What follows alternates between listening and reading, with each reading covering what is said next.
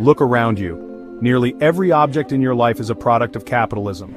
This system, built on private ownership and profit, has transformed our world, raising cities, connecting continents, and driving innovation. Capitalism's story is one of inventors, merchants, and workers, shifting humanity from tradition to competition. It has lifted millions from poverty and sparked technological revolutions, yet it's also created deep inequalities and environmental strain. To understand our present, we must trace capitalism's roots, from medieval fields to today's digital markets. This is a story of both triumph and turmoil, of progress and conflict. We'll journey back to a time before markets, witness the rise of commerce, and see how new ideas and inventions shaped our world. The story of capitalism is still being written, and we are all part of it. Let's begin. Before capitalism, Europe was ruled by feudalism, a world where land and loyalty, not money, defined your fate. Kings granted land to nobles who ruled over peasants bound to the soil, working for protection rather than wages. Life was rigid and predictable, with little chance for advancement, but change was brewing.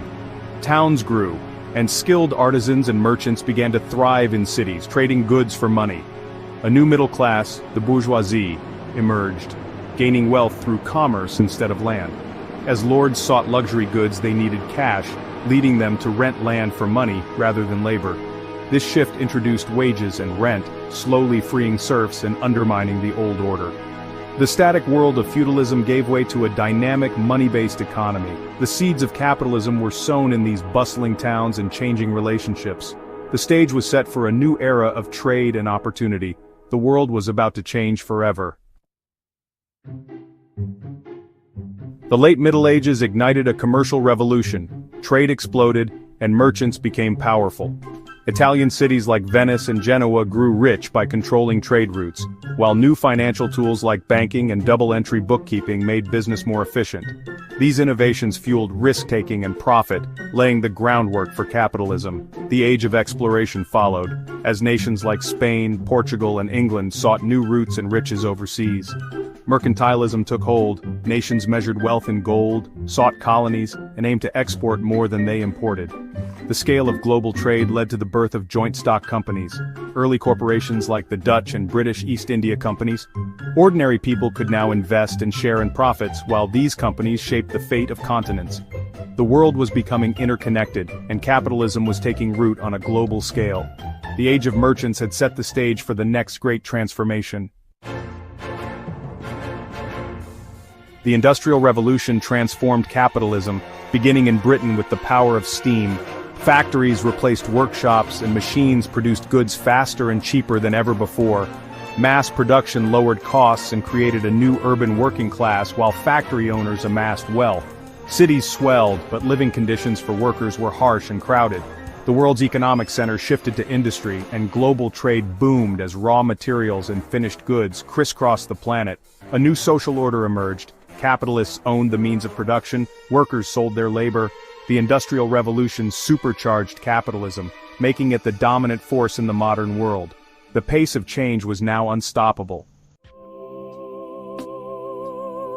The 20th century saw capitalism reach new heights and face new crises. Henry Ford's assembly line made cars affordable, fueling mass production and mass consumption. The Roaring Twenties brought prosperity, but speculation and debt led to the 1929 crash and the Great Depression. The crisis exposed capitalism's volatility. Booms could turn to busts overnight. Governments responded with intervention. Keynesian economics advocated public spending to stabilize economies. Roosevelt's New Deal in the U.S. created social safety nets and regulated markets. The era of pure laissez-faire ended, replaced by a mixed economy balancing private enterprise and government oversight. Capitalism adapted, but its future was far from certain.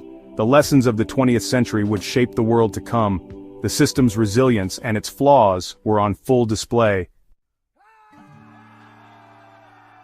After World War II, the U.S. led the rebuilding of the global economy, creating institutions like the IMF and World Bank. The golden age of capitalism followed. Decades of growth, rising wages, and expanding middle classes in the West.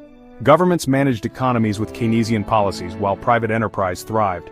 The Cold War divided the world capitalist democracies versus communist states. Each side claimed superiority. but the West's consumer-driven prosperity stood in stark contrast to the planned economies of the East. By the 1970s, economic challenges like stagflation and global competition emerged. New thinkers called for deregulation, privatization, and lower taxes, a return to free market principles. These ideas set the stage for a new era of capitalism. The world economy was about to become even more interconnected and more contested. The post-war order had laid the groundwork for globalization. The next transformation was already underway. The late 20th century ushered in globalization. Governments embraced free markets, privatized industries, and cut regulations. Technology and the fall of communism opened borders and connected economies like never before. China's market reforms and the integration of billions into the global economy created vast new opportunities and challenges. Supply chains spanned continents and consumers enjoyed unprecedented choice and lower prices. Globalization lifted millions from poverty, especially in Asia, but also fueled inequality and environmental strain. The 2008 financial crisis and recent global shocks exposed capitalism's vulnerabilities. Today, debates rage. Can capitalism be reformed to be more inclusive and sustainable? The journey from feudal fields to digital markets shows capitalism's adaptability and its contradictions. Its next chapter is unwritten, and its future will shape us all. The story of capitalism continues, with all of us as its authors.